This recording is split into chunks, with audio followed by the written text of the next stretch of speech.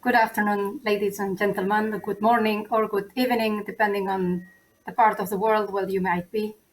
I am Lydia Borrell-Demian, Secretary General of Science Europe, one of the 4 organizations in charge of this very interesting event. I would like to, first of all, thank the panelists so far for the excellent discussions we had in the 2 previous sessions, and I am now extremely pleased to introduce Tim Bedford, Associate Principal of the University of Strathclyde, who will moderate this session on systems thinking and approaches to achieving net zero transition and tackling climate change. Tim, the floor is yours. Thank you very much, Lydia. It's great to be here. And can I just remind everybody that the call to action has been published. We'll be discussing this later on in this session. When we started off this whole session, of course, what I said was we're in Glasgow. Although this session is live, this conference is live. In fact, it's being hosted by the University of Strathclyde. We're at the heart of Glasgow.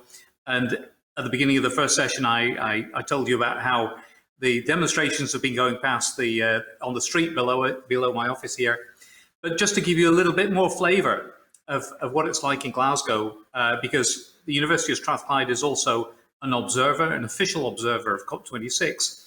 And so I just want to briefly introduce the principal of the University of Strathclyde, Sir Jim MacDonald, who is also one of the delegates, one of the observers to COP26.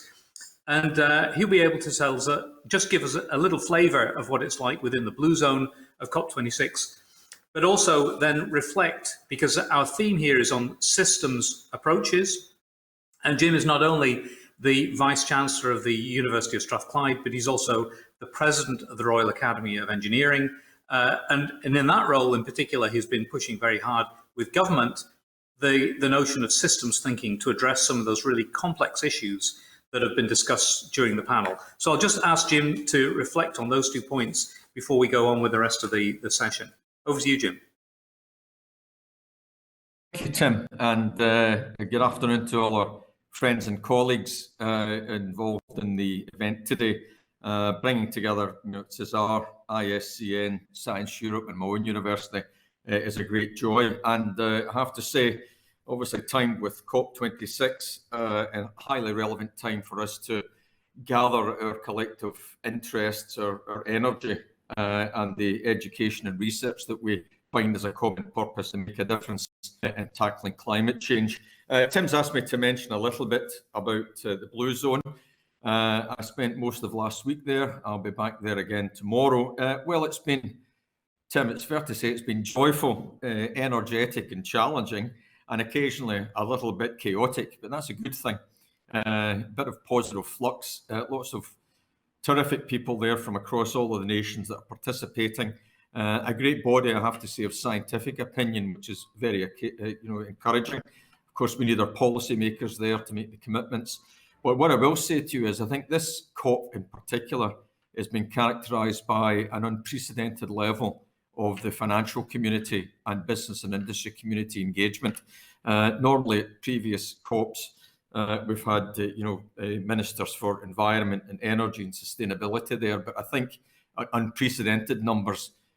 We have CEOs, we have CTOs, and we have chairs of the various companies. And these colleagues don't like to associate with failure. And the sessions I've been involved in, particularly around investment, I think has been very telling and very positive. And a number of my colleagues have told me, veterans of COP26 have said that this one feels a little bit different. And we don't want to build up the optimism too much. We need to be pragmatic. But those people that I've had the privilege of meeting in the past week are all saying the same thing from different ways. There's a sense of anticipation. The energy across the city is great. Tim's already mentioned right outside my office on Saturday, we had about 100,000 people marching through the heart of my campus. It took them 3.5 hours to pass, joyfully challenging those in power to pay attention and to move to action. And I've heard that from a number of people. I had the privilege of co-hosting Mr. John Kerry at a dinner on Thursday night. and he's talking about the need globally for us to move towards $2 to $3 trillion per annum to invest in decarbonisation and on the energy transition, and try to galvanise both the government and private sector investment to do that. But there's a degree of optimism, and one of the unfulfilled promises from the Paris meeting of $100 billion per annum being committed by governments, I am pretty confident that's going to happen now, but we're going to have to leverage that to get even more private sector investment behind it. Here in Glasgow, literally across the street from where I'm sitting, we hosted the C40 Cities Leadership. We had Michael Bloomberg, who had time to spend with me. I'm delighted to say also an engineer. Michael is an electrical engineer like myself. So once we spoke about amps and volts and megawatts for a few minutes, we then talked about the critical role of cities. And of course, in all of that, international cooperation is key. A friend of mine, whom some of you may be aware of, Lord Nick Stern, who wrote the eponymous Stern Report about 15 years ago, strongly influential of governments, large and small, to think about international cooperation is key. And Nick, with involvement from the Royal Academy of Engineering and myself, will now be working with Mr. Modi's government to try and support their pathway, taking that systems approach to imagining their journey to 2070. There have been some criticisms about those timelines, but nonetheless, we have a target now, and hopefully we can bring those time scales in. And only today, we have former President Barack Obama, who is in the Blue Zone today, talking about the youth and how we need to support them. And I'm pleased to say to you, and I can say this now, that Mr. Obama will be on my campus later this afternoon, and I'll be hosting him to meet a group of people that have been involved in climate change through the Obama Foundation. But in all of this, and relevant for today's conference, what comes back time and time again is the need for research and innovation, the need for skills and talent. And in those two areas, those that are represented in this conference in particular have much to contribute. Of course, we want to use existing technologies and drive at pace and at scale the deployment of low carbon technologies, whether it's in built environment, transport, energy production, the way we manage waste, how we drive the changes in behaviours. All of that's important, but all of it will be fed by new thinking, by strong research and innovation, and by the people that we educate.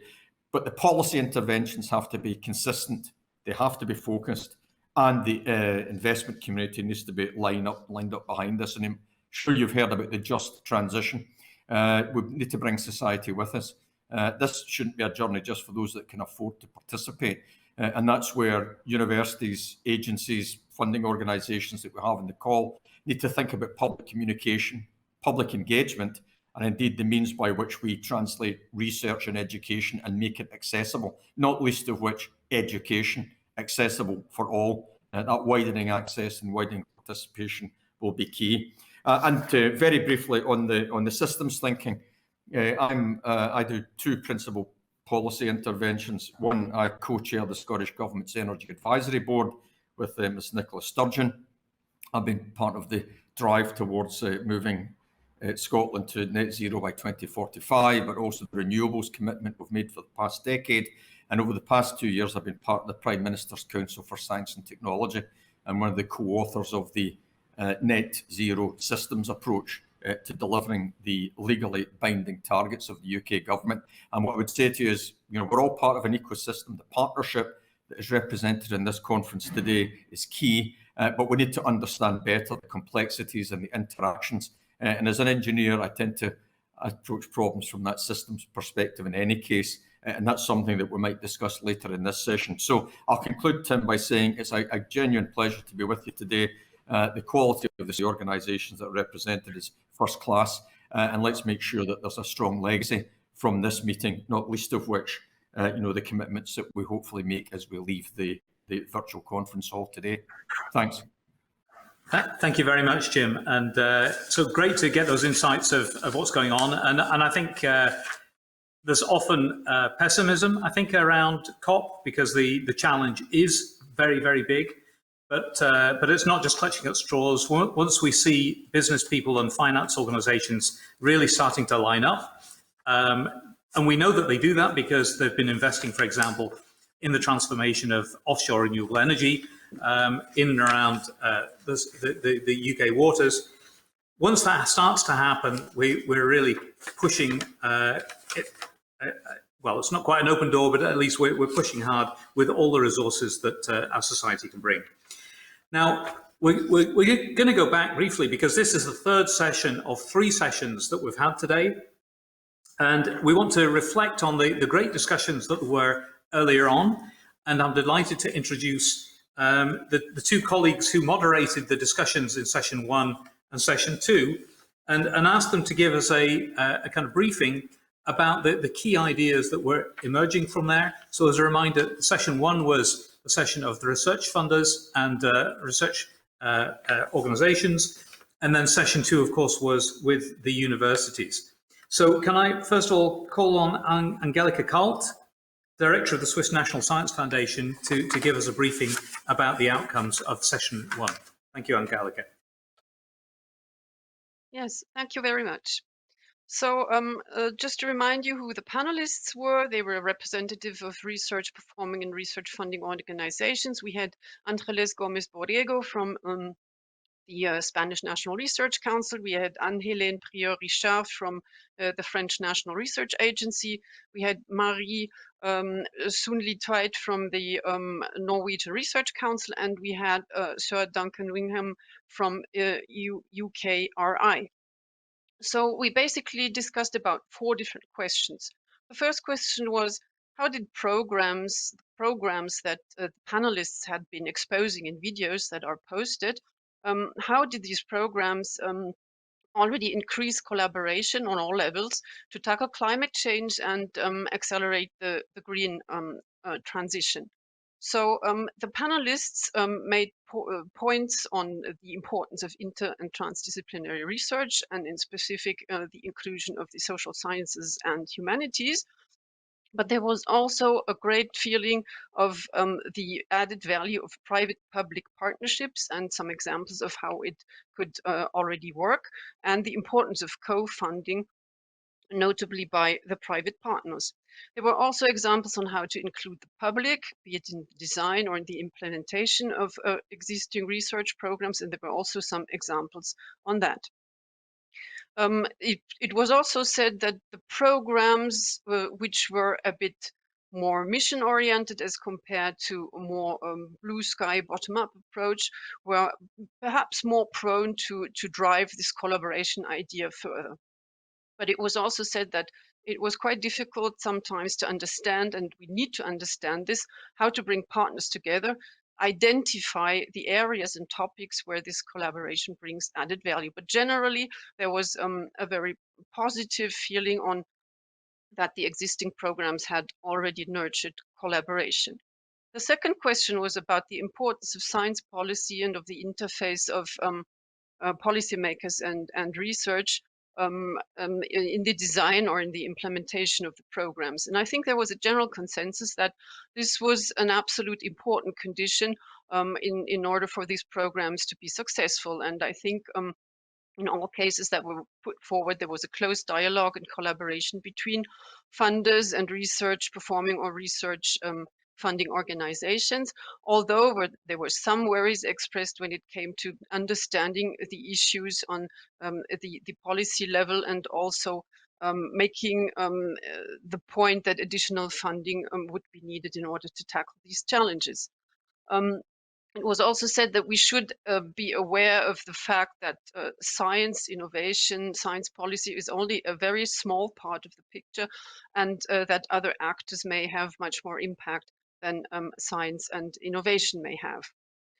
In some cases, there may also be sufficient scientific knowledge already, and the role of the funders or the research performers would then be to go into other activities such as the dissemination or open access or the implementation of the knowledge that already exists.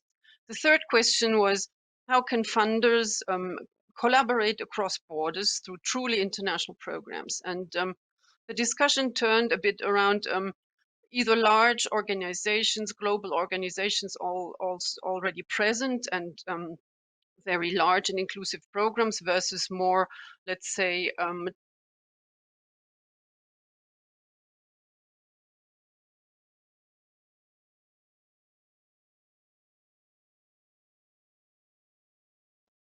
hopefully Angelica come back in a second.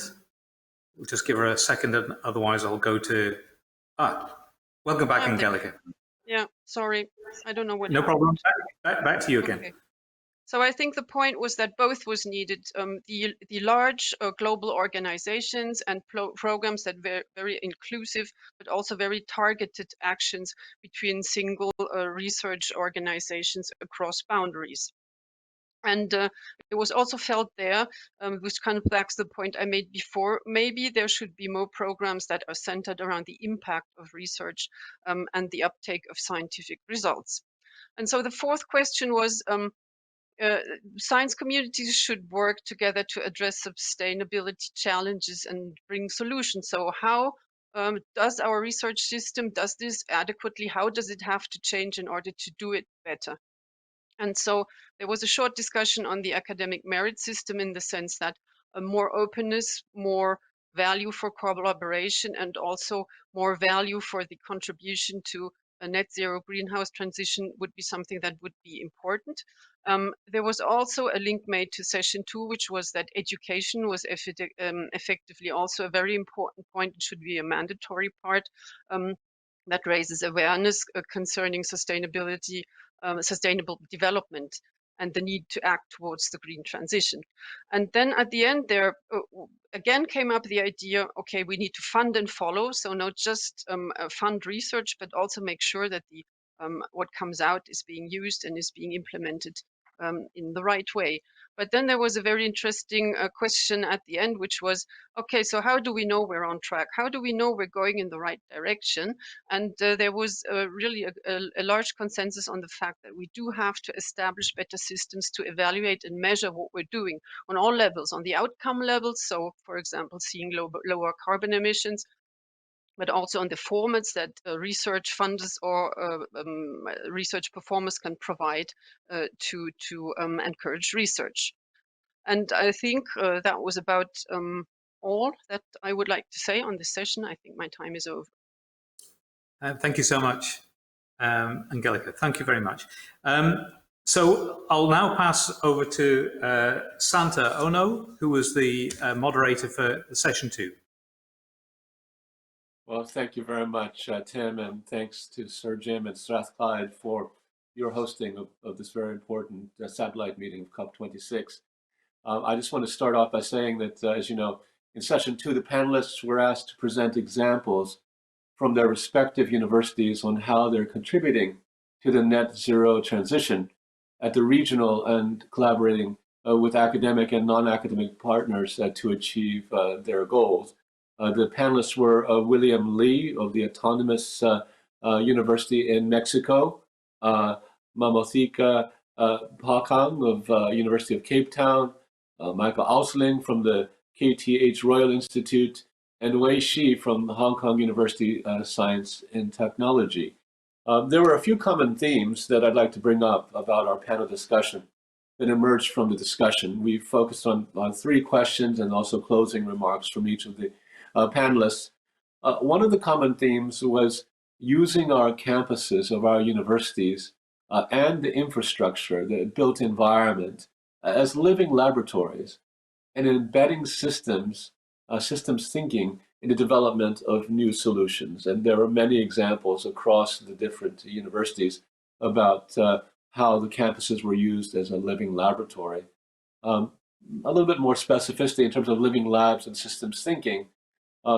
There was a point that we need to make significant investments in our own campus operations, such as electric vehicles and renewables. And for example, at UBC, we have quite a long-standing commitment to generate more and more of our energy from biomass, but also to use solar energy on our parquets to actually electrify vehicles that are actually stationed there while students, faculty, and staff are in classes.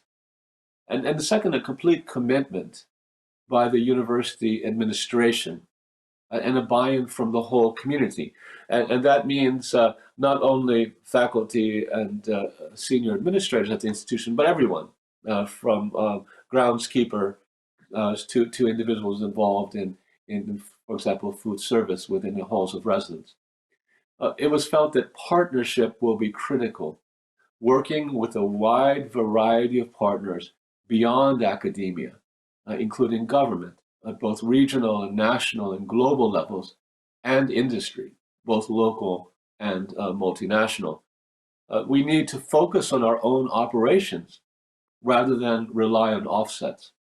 And we need significant investments in retrofits for efficiency of our old buildings. And we need investment on-site renewables, for example, rooftop sources of energy, and to complete a complete commitment from the president and the vice chancellor, but from all members of his or her administration, and to have resourcing internally to achieve that, and innovative models of financing within the institution in partnership with government. And there needs to be large-scale buy-in even beyond the walls of the campus, including the community. And everyone needs to play their part. Everyone from members of the Board of Governors or the Council or boards of trustees to cleaners in the institution. A second theme was related to the impact of the pandemic in university operations. The feeling was that we need to learn from the pandemic. It has broadened our outreach, our ability to engage virtually as we speak, as a good illustration of the varied global response. And it's very inconsistent between countries and regions. And so harmonizing this and sharing best practice between each of our institutions and different hemispheric networks was a common theme. And we also should keep our eye on what we can learn from this pandemic from remote work and experience, and how that can really be helpful in moving towards net zero. Another theme was on financing, on funding internally within the university, but also government funding. And we felt that national funding needs to be aligned with our need. There can be a structural issue between academic need and government funding, and we have to resolve that structural issue with frank conversation. And those conversations have to occur by listening first. There needs to be humility in how we approach government, how we approach, for example, indigenous people, and we can learn from each other. And that has to translate in a bi-directional flow of information and also funding.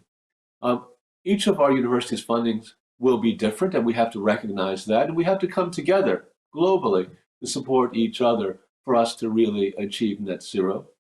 There need to be integrated funding streams for net zero, and a recognition of what universities are doing. And we have to do more than just compete for funding. We have to to share the resources that we have. And we need to keep focusing as universities on innovation, because that's a key part of what we bring to the equation. In addition to talent and youthful activism, we need to make sure there's plenty of venture capital that we can leverage for investment, for sustainable development, clean tech, and climate initiatives. And we need long-term funding plans, not just annual plans, but we need to achieve net zero, we need to have a long-term vision and a long-term financial model to achieve that. And we need to have a mechanism for large infrastructure requests, funding models that need to recognize the existential threat of climate change.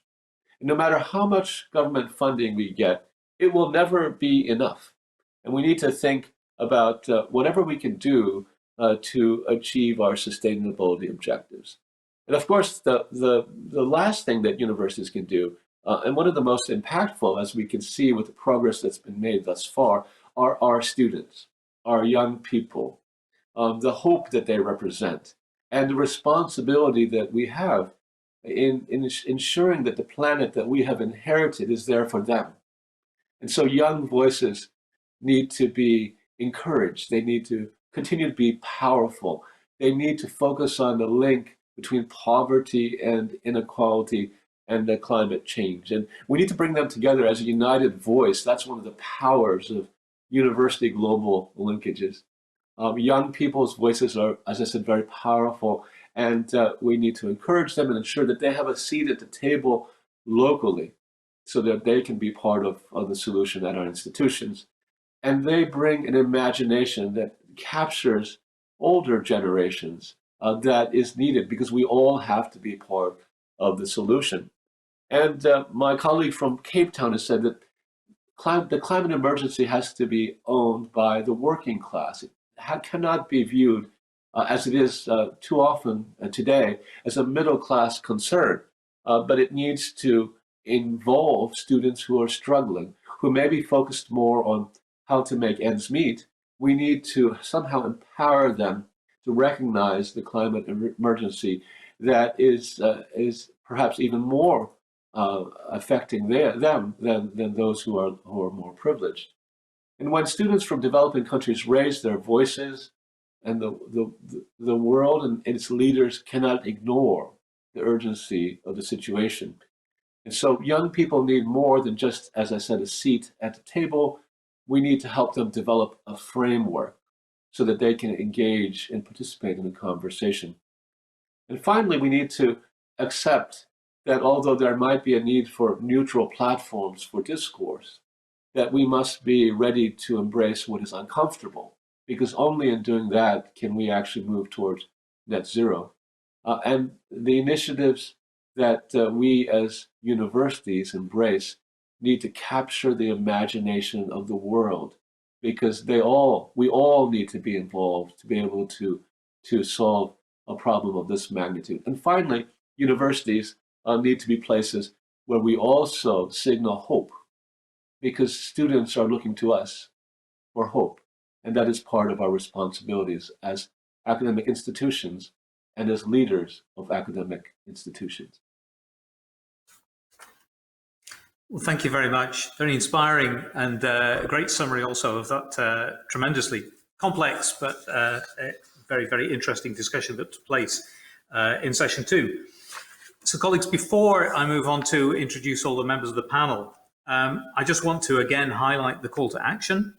And in particular, the fact that it actually has been addressed, or it addresses many of those topics which have been raised by the last 2 speakers, by Angelica and Santa.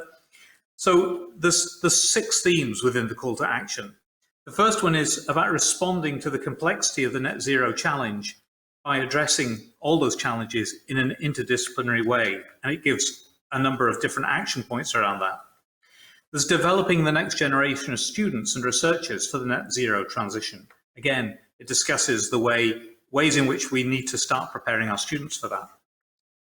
As reflecting on what we do as organizations, reducing our own organizational carbon footprint. There is supporting the net zero transition in policy making at all levels, and again with guidance and suggestions of how we practically do that. There's improving the shared understanding of what needs to be done. And that's using evidence-based policy, using science communication, and contributing to raising of awareness.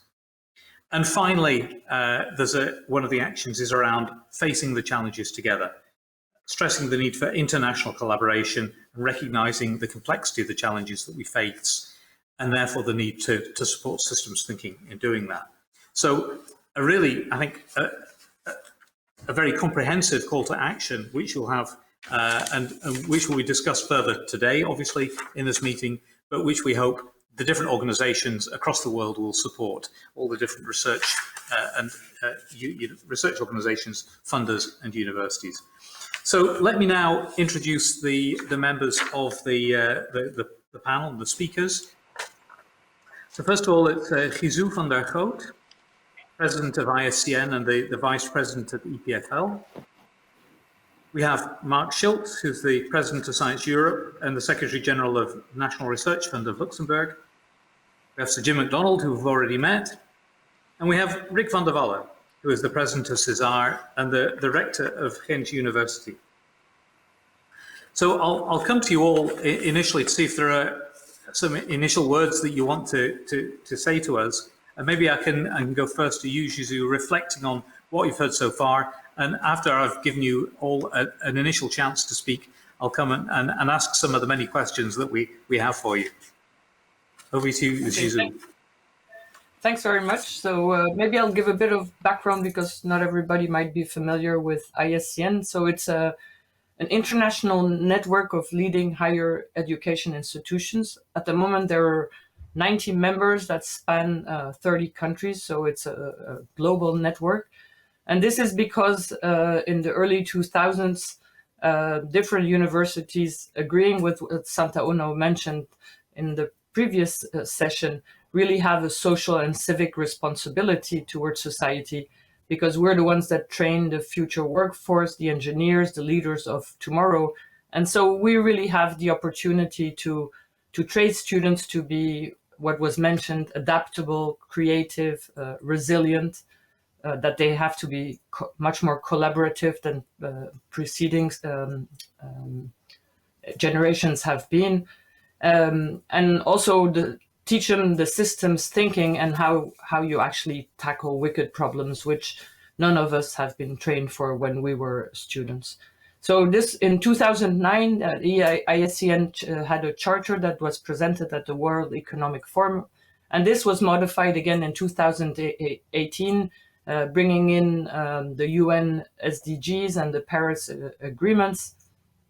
And so really the idea is to bring together different institutions of higher educations to collectively try to embed sustainability across our campus operations, using campuses as living labs, as was mentioned by Santa Ono, in teaching, in learning, innovation, reaching out.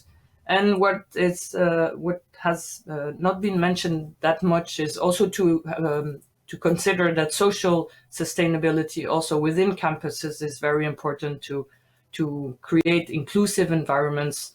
It was mentioned that they need to be participative because students have this amazing power to push us out of our comfort zones. One important point is that institutions, once they create either an office or a vice presidency or whatever on sustainability, sometimes have a tendency to delegate these important tasks to that entity. And I think it's really important to emphasize that sustainability cannot be delegated. It has to be shared absolutely by everybody. Otherwise, we won't get there. So why is it important to have a network? And here I was very sensitive to Greta Thunberg's saying that it was all blah, blah, blah, and that we have to really make sure that we don't stay at the talking level, but that we can implement things.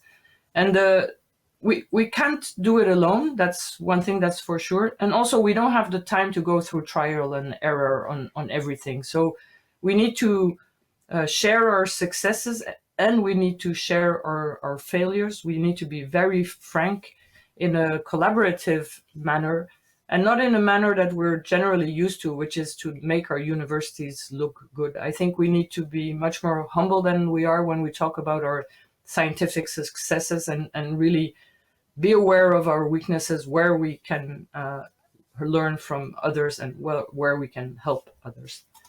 So we'll discuss it further, I'm sure, but as mentioned, we're in an existential threat, and eco-anxiety, I think, is something that's going to come up more and more. During COVID, we've heard a lot about the mental health of the students and of the employees. I think eco-anxiety is going to reach that level as well. And maybe the only treatment for eco-anxiety is actually action, which is good news, actually. So thanks.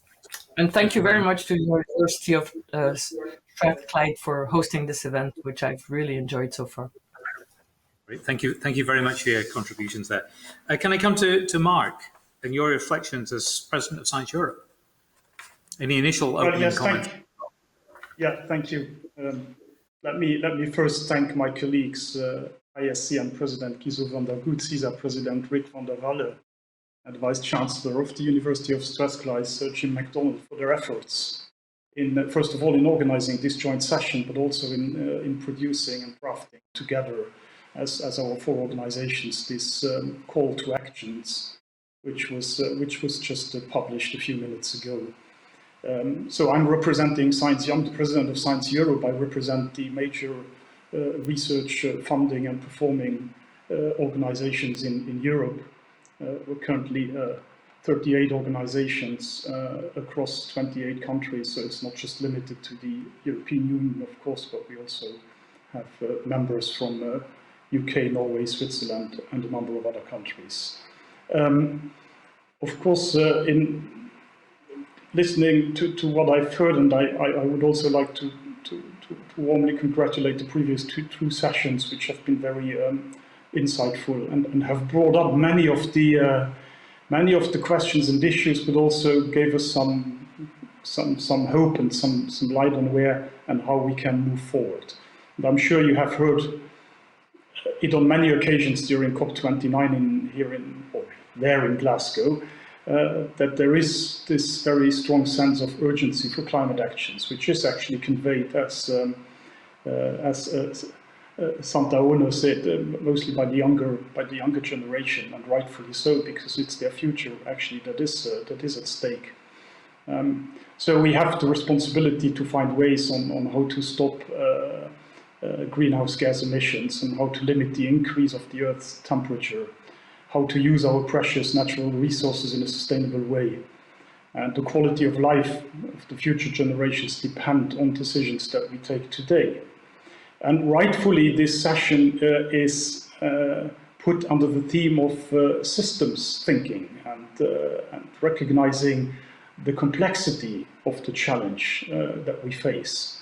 Now, systems thinking is something, or the complex, addressing complex systems like this one is a major challenge, because in the complex systems you cannot easily put or separate it into smaller pieces and then address these smaller subsystems, as in many of the sciences and research we still are used to proceed.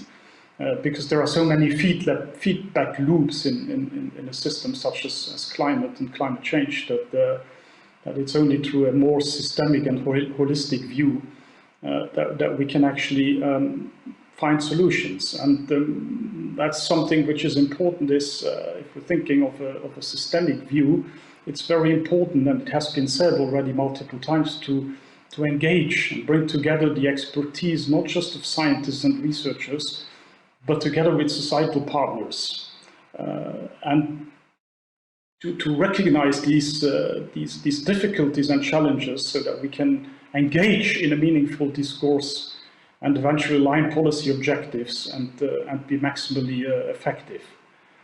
And for science and research, I usually summarize this with the 3 I's. So I's meaning intersectoral, interdisciplinary, and international. These challenges are of such a scale that we can only, first of all, we must collaborate beyond national borders, collaborate on an international scale. The second I is interdisciplinary. I think that's clear to many of us as well, but also intersectoral. So engaging and actually trying to co-create solutions with societal stakeholders, with business, and with political decision makers. And that's something where I think in science we are, and in the research system, we're not yet, there are some challenges. We're still in a learning process because it is a quite different way of performing research together with partners, of co-creating research with societal partners is not something which in many places in the science systems we have a lot of practical experience. So that's something that we have to face, and that's something where we should all work together. Now, there is another problem, of course. The challenge before us is of a formidable scale. It's probably the largest challenge that humanity has known for many centuries. And unfortunately, the urgency is there as well. And that's maybe also something where science and research need to learn how to deal with a large-scale problem when time is running out. It's usually science and research requires time and works well when we have a lot of time before us. Alas, time is running out, so we need to face that situation. Now, one of the paradigms which many of us are currently, many research organizations are currently testing or putting in place is the mission-oriented approach, where we have a clear goal. It's different from the more traditional approach in science. Missions address a clear goal or clear challenge, if you wish, and what is specific in the mission-oriented approach also is this co-creative step. So where societal stakeholders, business, whoever is involved early on in not just formulating a research program, but really defining questions and issues at stake. So I think it's very we do have to put ourselves as representative of science organizations or research organizations. We do have to face these challenges, but I'm confident that we actually can do so. So let me maybe, as a conclusion, say, as a first conclusion, because we'll have ample opportunities to further discuss, that I would really, and that's what is in the call for action, that our organizations, research organizations, funders, performers, universities, we should embrace the challenge together by encouraging cross-sectoral collaboration with other actors, business, non-governmental organizations, cities and regions, as well as pledging to support the net zero transition at all levels of policy making. Thanks. Thank you very much, Mark. So I'd now like to, so I'll come to Jim in a second, but first of all, let's go to Rick, because you've not yet spoken. Thank you, Tim. First of all, thank you very much for organizing this event. As you already mentioned, I am the president of CESAR. CESAR is a university network. We have 53 members, being universities coming from Europe, of course. We are a leading university in science and technology, but with a strong interest in social sciences and humanities as well. Thank you very much for the two reports coming from sessions 1 and 2. Many things have been said, many important things have been said, but I think the most important things that have been said are the fact that we definitely need a public-private collaboration more than we have already. We for sure need more engagement, strong engagement from the public, from society as a whole. We need more co-creation. Co-creation actually has been one of the key words. Next to that, it was mentioned that, and I of course strongly agree with that, it was mentioned that we need a long-term plan combined with a long-term financial plan. You can't do research, you can't solve problems if you don't have the money in order to be able to do the research. But we have to practice what we preach. We, and by we, I mean we as universities, as knowledge institutions, as leading figures in academia. And practicing what we preach means, amongst other things, means sharing knowledge, sharing talents, but also sharing facilities. I strongly believe that we could do more in terms of opening our facilities we have at our universities, at our knowledge institutions, opening them for others. We should not consider or look at other universities, other knowledge institutes as competitors, but we should look at them as potential partners in solving problems. And being a partner can also be being partners in setting up facilities, research infrastructure. And I think we should do that more than we do as of today. It has been mentioned that students can play, and already play actually, a crucial role. I will come back to that later, because it is I really believe it is important. If you look at the expectations and challenges we have ahead of us, I also believe that we should not only focus on ecological challenges. We should be aware of the fact that there are economic and social expectations and challenges as well. And somehow we need to combine both ecological and economic and social sustainability aspects while solving the whole problem, so to speak. We as universities, I believe that we need to know what our main assets are, and our main assets are the fact that we are able to produce excellent research, especially investigator-driven research, curiosity-driven research, high-risk research. If we as universities don't do are not performing high-risk research, nobody will do that. So there's a role for us in doing high-risk research. Of course, education is very, very important as well.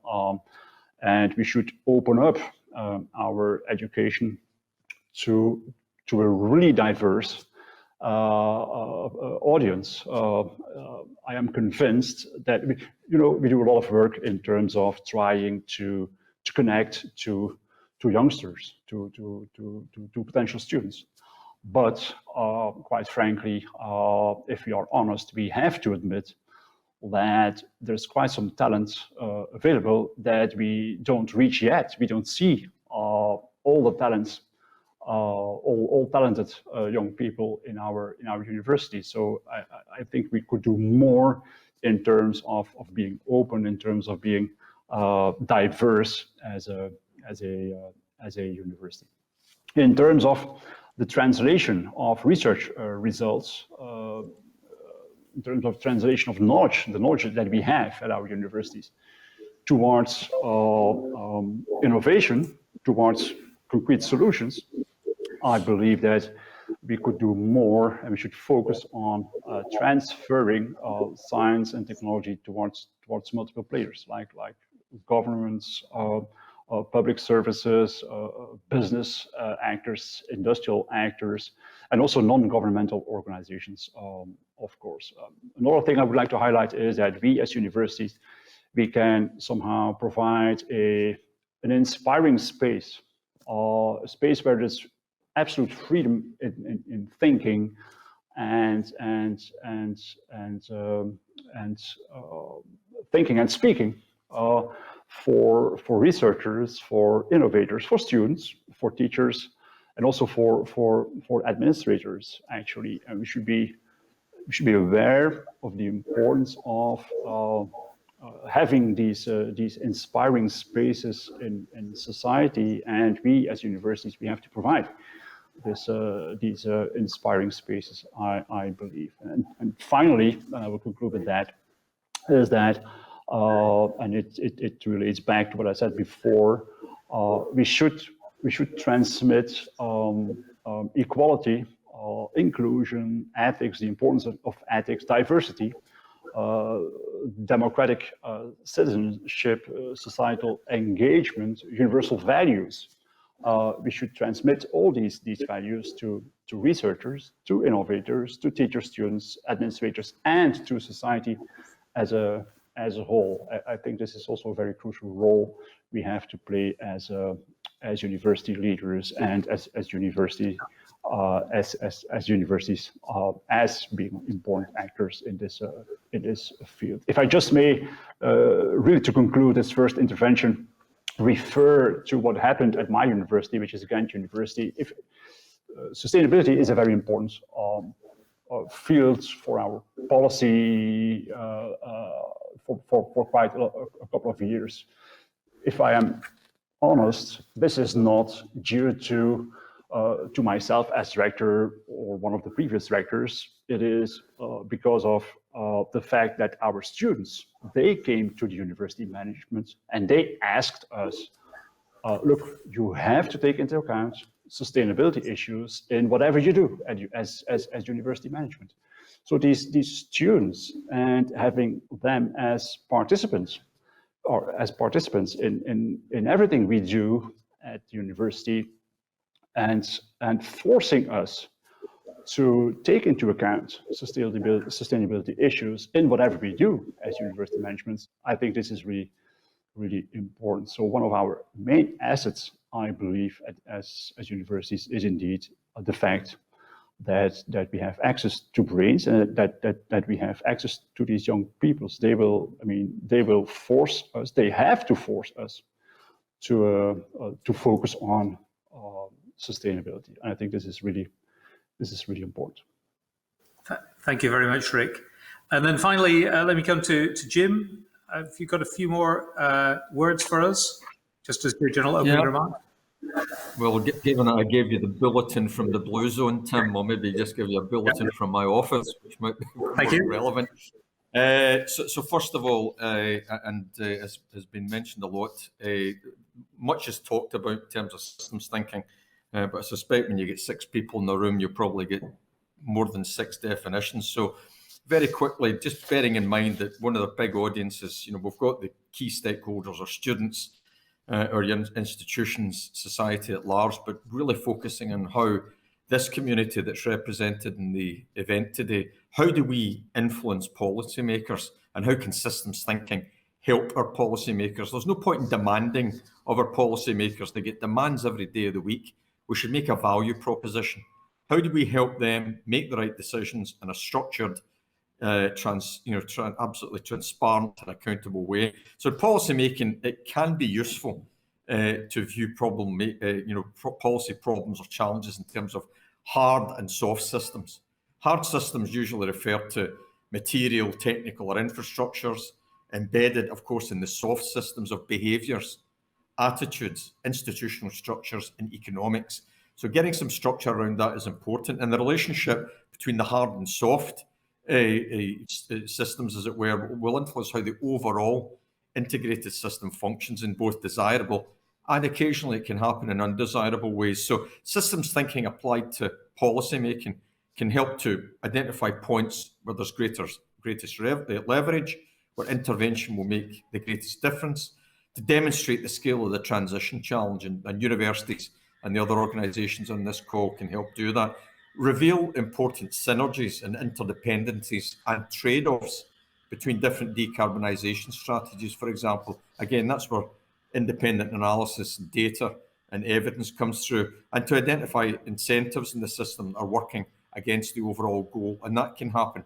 So again, that combined technological, economic, social sciences approach to informing our policymakers is key, and also to help account for social, cultural and behavioural factors that can act both as a barrier. And just as a reference, Tim, the Council for Science and Technology in the UK, that systems approach to addressing climate change and the new net zero strategy really came out of that multidisciplinary approach that so many of our speakers have spoken about.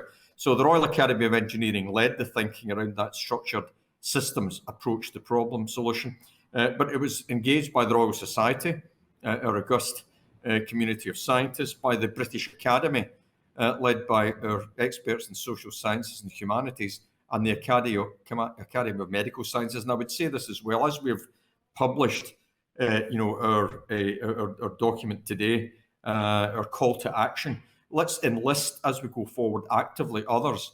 And in my own domain in engineering, that could be Eurocase, the European Academies and European Council of Applied Sciences, Technologies and Engineering, and CATES, the International Council of Academies of Engineering and Technological Sciences. Let's actively enlist.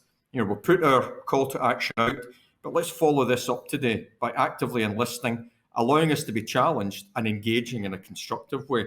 And the last thing I'll say, and first of all, many thanks to Angelica and Santa for an outstanding summary for what was clearly 2 very active sessions, but also to Jizu, because I find ISCN, for example, the reason that Strathclyde joined is because it's about sharing, it's about inspiring, it's about collaborating and about innovating.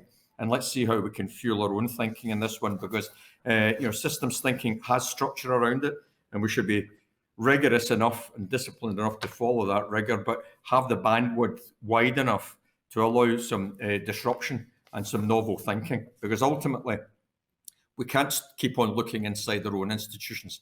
As we've heard from others, Absolutely, we need to take responsibility as institutional leaders. But the universities that we lead, the organisations that many of the agencies here represent, we are part of an ecosystem, locally, nationally, and internationally. And let's not forget that, because ultimately, leadership is about two key strands of DNA. It's about being authentic and it's about being empathetic.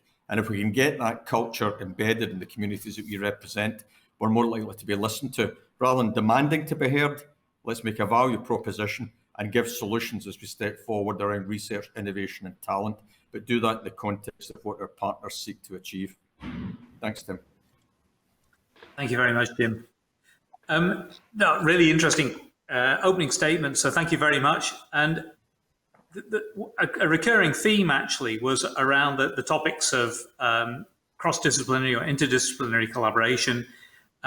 We've talked quite a bit about mission-driven or mission approaches and systems thinking. And those things are also, in many ways, they're different sides of the same coin, I suspect. But since mission-driven programs in particular are now very much things which are of the moment, are prioritized by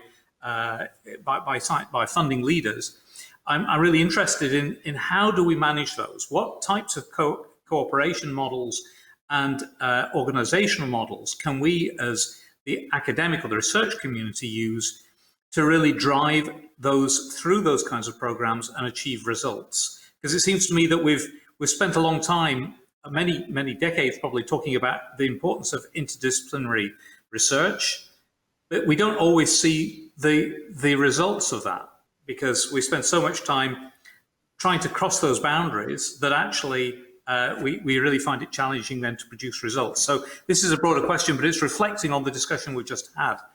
What are the good ways to set up those cooperation models to really ensure that we can use the basis, the cross-disciplinary research that we've got and drive results? And I'll open it up to anybody who wants to respond to that, rather than just going around one by one. Rick. Yeah, thank you, Tim. I think a couple of things can be said there.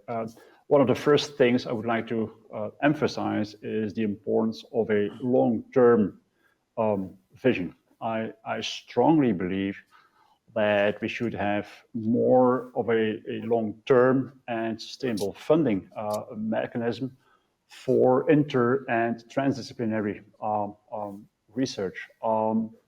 We need also funding instruments, long-term funding instruments that explicitly enable early stage researchers to build capacity to develop larger collaborative and high-risk research projects. I am emphasizing the importance of early stage researchers. In the past and until now, doing inter or transdisciplinary research has quite often been the last step in setting up a research trajectory. And I strongly believe we should do it the other way around.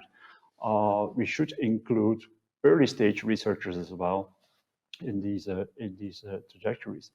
Related to that, quite some projects are somehow, they are split up into work packages, and each of these work packages are led by one principal investigator. I think we should run away from that strategy. If we really want to solve huge challenges with many aspects in them, we definitely need research projects or work packages that are led by a leading team, and we should evaluate leading teams instead of leading principal investigators. And then one last thing I would like to add, we should not forget that there is more than science and technology. Huge challenges like the net zero transition.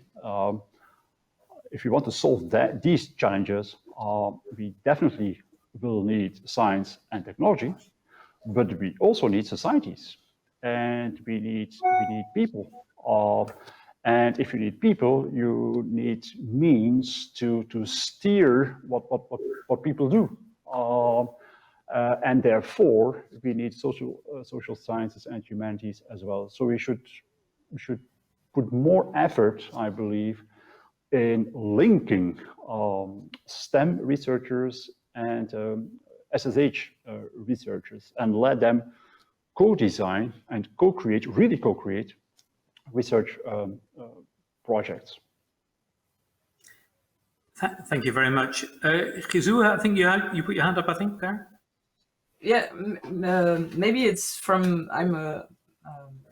as a researcher, I'm in life science, and so maybe I have a biased view, and I'd like to hear your opinions. But my impression is that over the many years where interdisciplinary research has been promoted, some of the EU programs, for example, or other national interdisciplinary programs, some have worked very well, but they might be a minority.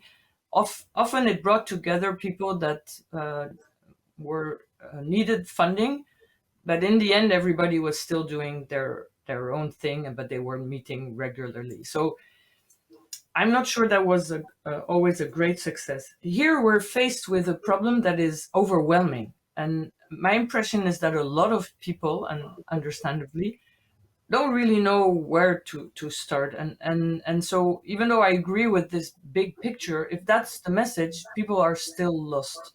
And I was wondering if a funding where there's a set of questions that are being addressed, where people will realize that they can only solve it by being interdisciplinary and introducing people from both STEM and from social sciences, that setting a number of challenges and then asking people to respond to them, so that they don't need to think of the problem, they need to find multiple solutions, understand this wicked problem aspect, if that wouldn't help. I'm afraid that with big statements, people are still lost.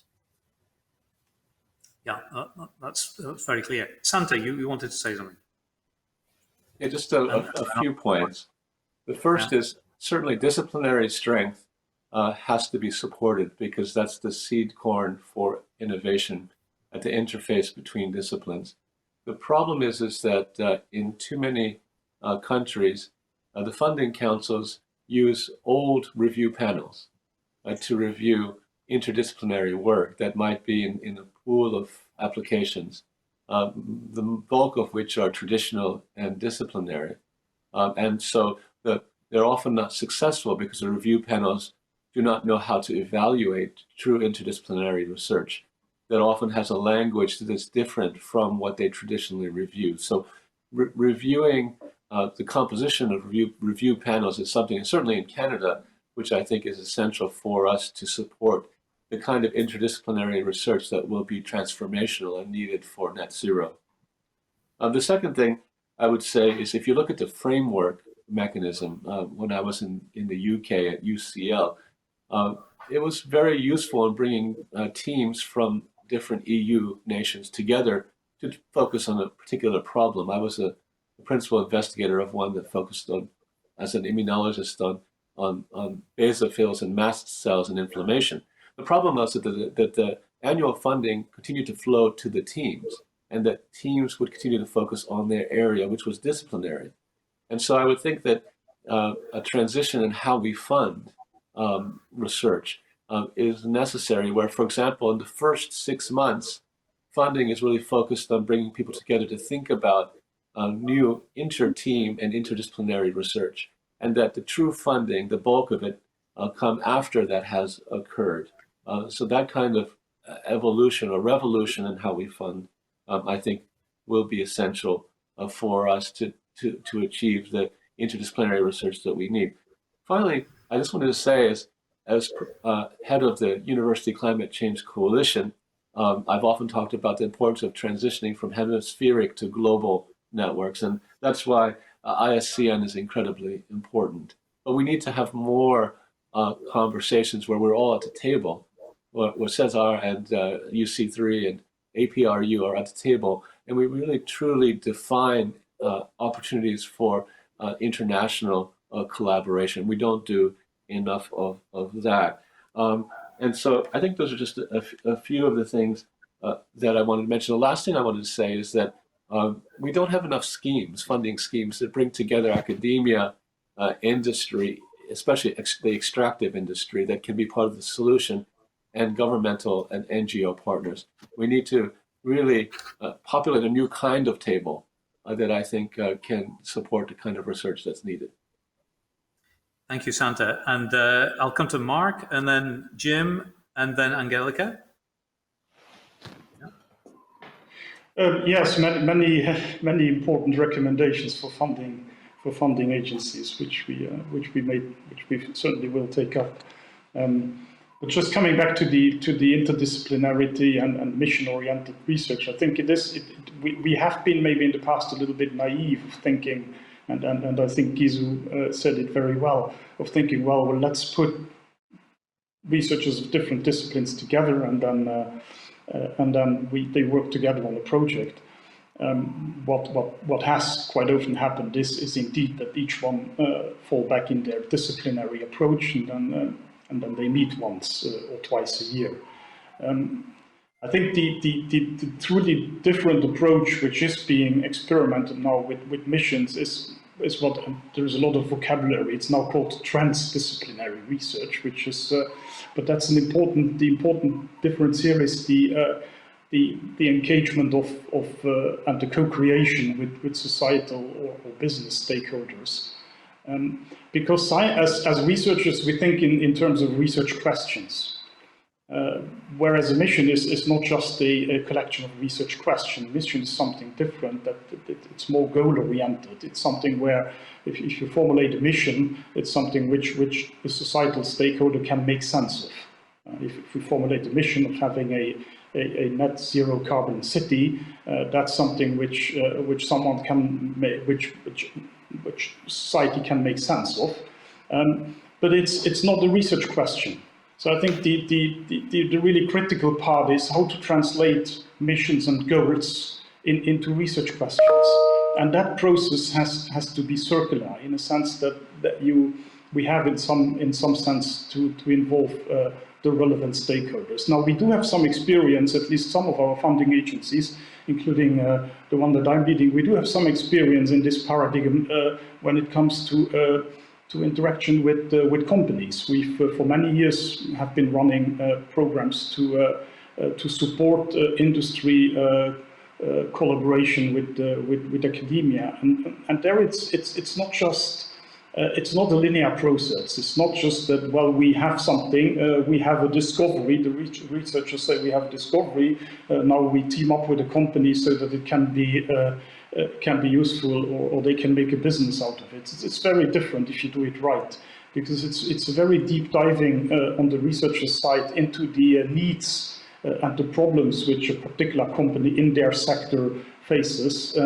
And so it's this back and forth circular process. And if we can manage to translate that, or to transition that into a co-creation process with societal stakeholders, I think then we may achieve something different than just purely interdisciplinary research where we put different disciplines together. So that's a challenge. We have relatively little experience with that, to be very honest. But I think we have no choice than to embark on that road.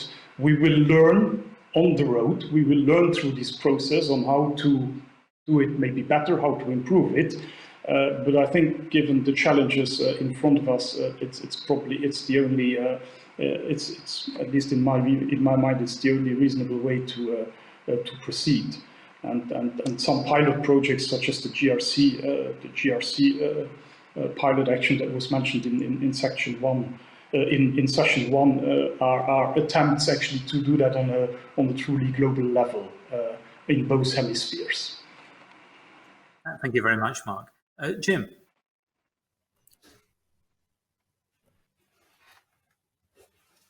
Can you hear me, Tim? I can see that now. Just to back a couple of things up. And Santa, you might remember in the UK when you were at UCL, we had the EPSRC Sustainable Power Generation Programme. It was called SuperGen. I'm sure every nation that's represented here will have a model, but just a quick reference to that. It started to run, I guess, about 15 years ago. I was the principal investigator on the UK grid or future grid and then supergrid programme, and also programmes in hydrogen, storage, in generation, wind, marine, energy efficiency, built environment. But the key condition there was that it was expected to be a multidisciplinary bid team. And in many ways, it forced, and that's not always the best way to do it, but it forced a degree of difference in application. And as well as the engineers and physical scientists, we brought economists, social scientists in, because we knew it would have fallen the first hurdle unless we complied with the specification, to put it crudely. And the other model I would use, and I'm sure all of you in your own agencies do this, the sandpit approach to early engagement before calls are made out. Get the multidisciplinary teams out there, get the research question articulated, and then let the engineers, the scientists, the social scientists, the humanities representatives, those from agencies, business and industry, get them into a room for 2 or 3 days and let them play in the sandpit intellectually, let them refine and co-create the question, and then allow the research councils to decide how they'll allocate resource. It's not perfect, but it's working well, and I'm sure you all have your models of that. But again, the EPSRC in the EU can take some credit. And the last thing I would say, Tim, is that's us looking out into the funding bodies. To the university leaders there, let's take a good look at ourselves, because very often we will promote, we will endorse, we will celebrate individuals in their key discipline. It's right, multidisciplinary, or rather good multidisciplinary research doesn't happen without good disciplinary capability. That having been said, I'm now starting to take a risk with the support of Tim to start to appoint between faculties. So we're bringing people in ostensibly to sit between different disciplines. And over the past 5 years, we've hired probably about 150 what we call Chancellor's Fellows, early career researchers, and we're creating environments where we're funding them to work together. And it's to try and create that change in mindset. I would say very often we should look at the culture in our own organisations, because if we're not supporting, celebrating and investing in that multidisciplinary approach, it's hardly surprising if we can't face out and challenge and help shape the funders to do what we expect them to do under these big challenging questions, or what do we say, the wicked questions that Jizu has mentioned a few times. So let's do things in our own organisations and then work with the agencies rather than shouting at them, and let's try and reshape this new model of funding. Thanks, Jim, and that's really consistent, I think, with what we're trying to say through the call to action, indeed, looking for all of us to see how we do our business and how we can adapt that to meet these challenges. But Angelica, you've been very patient and you wanted to come in. Yeah, well, many things have already been said, just that interdisciplinarity or transdisciplinarity is not itself, but we believe that it is a better vehicle to tackle these very, very complex questions that we would like to try to solve in terms of sustainable development, zero net transition. So if we believe that this is the right way to go, I would say then there are still many obstacles on the institutional side, but also on the funder side. Some of them have been mentioned. For example, the structuring of the universities in many cases is still very much disciplinary, although there are examples of other things now. Evaluation, as has been mentioned, is often a very difficult thing to do in an adequate manner for interdisciplinary research. And then, of course, it's also the part of the funding that goes to these kinds of problems. But if you want to do that right, I think one of the most important things is, and I think Gizo said that already in a certain sense, is you need to either define the challenge yourself, or by government, or by another scientific body or whatsoever, or you need to give, if you're more in the bottom mode and not in the mission-driven mode, you need to give people time for the problem framing. I think that's a very important point. And I think these funders will have to change over time. They will have to be ready to fund these things like structuring a problem framing, and enabling people to come up with ideas instead of, directly handing in a research plan or something like that. I think that will be, in my mind, a very important phase for this kind of research that we need to be able to evaluate also. Thank you. I see various colleagues here on the call want to come in again, but I'm also conscious of the fact that we're actually nearing the end of the session because we only have another 15 minutes. There's so much to discuss here, I have to say. The final question we're going to come to is obviously about how you're going to respond to the call to action from your own organizations. But there is actually a particularly important question where I don't want to lose before we go, which is there was a question around commercialization and how we rapidly drive the commercialization of technology in areas where there's an environmental need, but the market is not really there yet. Okay, and this is a really kind of challenging question. And again, it's one of those things again for the research system to think, because we are so focused on trying to produce startups which hit a need in the market, but now we're trying to adjust that. I just wondered if there were any reflections. We don't have time to go around everybody, but if there are one or two people who want to respond to that as a question, I'd be very interested to hear what you have to say. And Jim, I was thinking in particular of, oh, sorry, Santo, Santo, yeah? Oh, very, very quickly, certainly to accelerate everything, I agree with you 100% that we need to leverage these very large existing networks, whether it's telecommunications or vehicle networks, buildings, intersections, roads, their transformation in the road to success.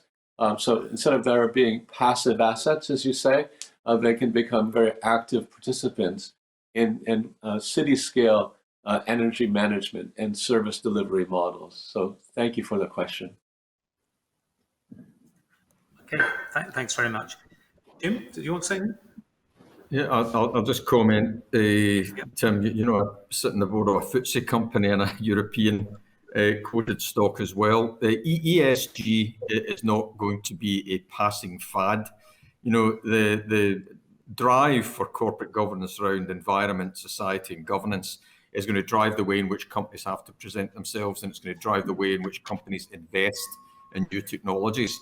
And many, I'm sure you're aware, the annual public accounting and reporting from these large corporates now increasingly have to present non-financial audited outcomes, whether it's on environment, whether it's on society, whether it's on equity and diversity, etc. And that's right and proper. That's about an organization's purpose. And the venture capitalists that I'm working with, Tim, are increasingly now looking to enhance and expand their portfolio of technologies and sustainability, decarbonisation, whether it's in energy efficiency, transport, power generation, or low energy consuming products. So I would say just now that the capital markets are in transition, but the capital markets, I think, are irreversibly moving now towards that net zero transition. And if the sessions I've been involved in the past week are anything to go by, I'll give you an example. The chief executive of IKEA Foundation and I found ourselves in the same meeting. And IKEA Foundation this next year will commit $20 billion and will try and leverage another 180 in the next 2 years to drive and de-risk private sector VC investment behind decarbonisation, not just in the industrialised nations, but to try and drive decarbonisation deployments in the developing nations, which is critically important, just as we heard earlier about just transition. So my opinion, Tim, the capital markets are turning in this direction and they're going to push hard now. That's great. Thank you very much. Colleagues, I'm sorry, we're really close to the end, and I have a final question which I need to ask all the four presidents, and this relates to the call to action, and this is about how you see your own organization responding to our call to action. We've framed that call to action to address the entire research system, and you represent different elements of it. But what for each of you are the kind of key priorities that you'll take forward in accordance with the call to action? And let me ask, who would like to go first? Rick, thank you. And then Jizu. Yeah, I'm willing to do that. The call for action, Tim, calls for many actions, but I believe that the most important one is the last one, actually, which is facing the challenges together. And I really think this is key. we will never be able to tackle the climate change or to realize a net zero transition without joining forces on the largest scale possible. By the way, I'm coming from Belgium, which is a very small but also very complicated country. We have 6 governments as of today. Right now, as we speak now, these governments are fighting against each other in terms of who's going to do what in terms of the climate problem, which is something very stupid, I believe. But to end with a positive note, collaboration has always been a basic attitude in academia. We should not forget that, and we should spread that message. And this is also what brings together more than 50 members, which brings them together under the umbrella of CESAR. So facing challenges together is basically what we do as an organization, what we do as being CESAR. And in the past 2 years, the contribution of universities of science and technology to ecological and economic and societal sustainability has been the central objective of CESAR, and it will remain one of our central objectives as well. So for us, this call for action is of key importance as it will offer kind of a framework to further seek and establish collaboration with like-minded partners in order to even amplify the impact of what we are doing as individual members and as an association as a whole. So for us, this call is a motivation to go further, and we hope to find more partners to join our efforts. Thank you, Zizou. Okay. So first, I'd like to thank CESAR and Science Europe and the University of Strathclyde for putting this together so that others can follow it and that we can follow it. So what will we do at EPFL? I think we need to tackle all 4 or 5 education, research, innovation, operation. But to do this, the students are an amazing power, the youth, and those we need to really harvest and actually make them even more vocal.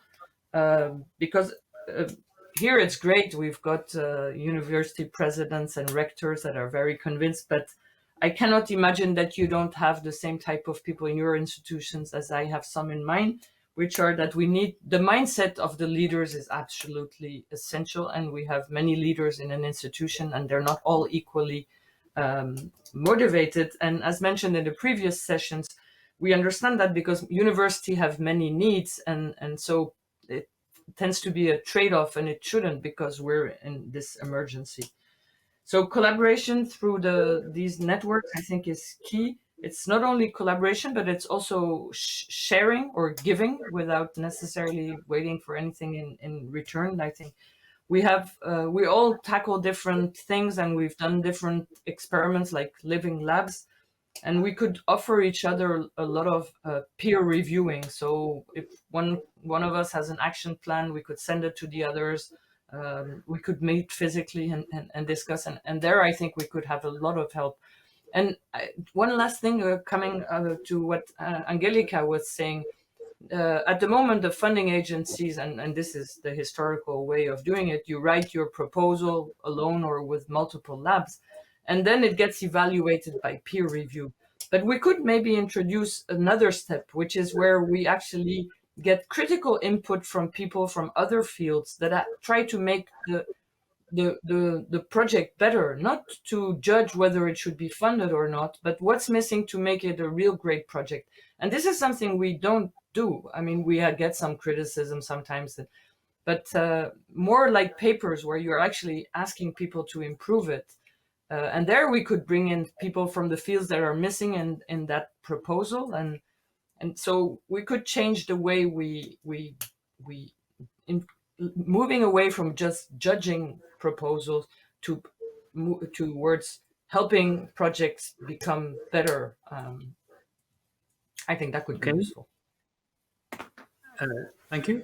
Can I come to, so I'll come to Mark and then Jim, so that we've had the four presidents, and then I'll ask Santa and Angelica if they have any further comments they want to give. So Mark, can I come to you first? Yes, thank you. So that's an excellent suggestion, which was just made by Gizu, which we should seriously think about, having the peer review not in a competitive way to select one project against the other, but rather to have it, installing it as a process to improve projects, especially those which are larger and which address these challenges. I just like to as a concluding remark, that there's maybe one aspect which we haven't discussed a lot, which is the aspect of communication, of providing advice, evidence-based advice, which is an extremely important role. Maybe not so much for funders, although we do fund.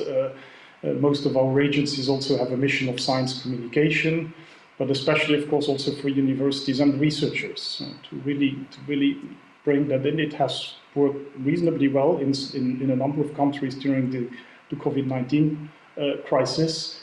But I think I take the International Panel of Climate Change, which I think is a great. It's unprecedented. It's really a great organization. You have these hundreds of scientists which try to synthesize what is the current knowledge out of tens of thousands of scientific papers that are published. We try to synthesize what do we actually know currently about climate change, and it has become an authority, a reference. It's a superb collaboration between hundreds and thousands of scientists across the globe. So that's more on the analytical side, but I think and on the global side, but I think it's an important role for research and scientists as well to pass these messages on to society. But also to decision makers within our governments. And I think that we traditionally researchers and scientists are by and large a little bit reluctant to take such a proactive role. But I think that's a role which no one else can take up, and where I would really want to see a more proactive engagement. Thank you, Mark. And Jim, can I come to you? Sure, Tim, thanks very much. Well, very briefly, first of all, I think it's worthwhile saying that I unambiguously support the call to action that we've published today. And what I'll be doing is following with you and others and within the team to commit and act as far as we can and as quickly as we possibly can. I'd also make a suggestion, Tim, and we won't necessarily agree today, but I think we should meet again 1 year on and do some sharing, contrast and compare. We've got 6 action points here. We're effectively defining the agenda for our next meeting. We can always elaborate it, of course, but here is our action plan. It's a great way, just as our colleagues in ISCN do in terms of sharing, inspiring and collaborating. Let's come back together and innovate and see how we've all been dealing with this. And the last thing I would say is I'm an engineer first and foremost. I'm pragmatic, and I like to take a systems approach to problem solution. But I think we should also be increasingly, not least of which for our students and the societies that we serve, let's get the narrative of hope in place as opposed to the narrative of despair. We know it's a big challenge. We know it's a wicked challenge. We should embrace that. But let's get the narrative of hope. And the last thing I would say is we talk about sustainable fuels. The most sustainable fuel I know is optimism. So let's make sure that we get that out in front, and let's say that in the context of the research, the education, and the great people that we produce. Thank you very, very much. And Santo, you wanted to add something? Thank you so much. I unambiguously support the calls to action, and I also echo the desire to come together with all of you as well. This is a remarkable panel, and so thank you for all of your ideas and your energy. Two really quick things. One thing I wish would change would be these rankings, these league tables that divide us. And it's not about which institution is number 1 or number 2, because this is really an initiative where we all have to come together to win. And so if we could perhaps convince them in a friendly way to reconsider how they judge us more towards how we work together, that would be wonderful. And finally, I'd like to say, leveraging our youth, We have something called the UC3 Fellows Program, where we share postdoctoral fellows and graduate students. If we could share them across our networks globally, wouldn't that be remarkable? Great thought there. And Angelica, finally to you, if you want to say any last words. I think for a funding organization such as the Swiss National Science Foundation, we can act on 4 levels. We can reduce our own footprints. We can provide appropriate funds and appropriate evaluation for the research on sustainability, sustainable development, and we can make sure that research itself is also running in a sustainable way. That's something that hasn't come up in this discussion. And last but not least, of course we can share. So I think all of this is covered by the action plan. So I think this is something to be 100% supported. Thank you.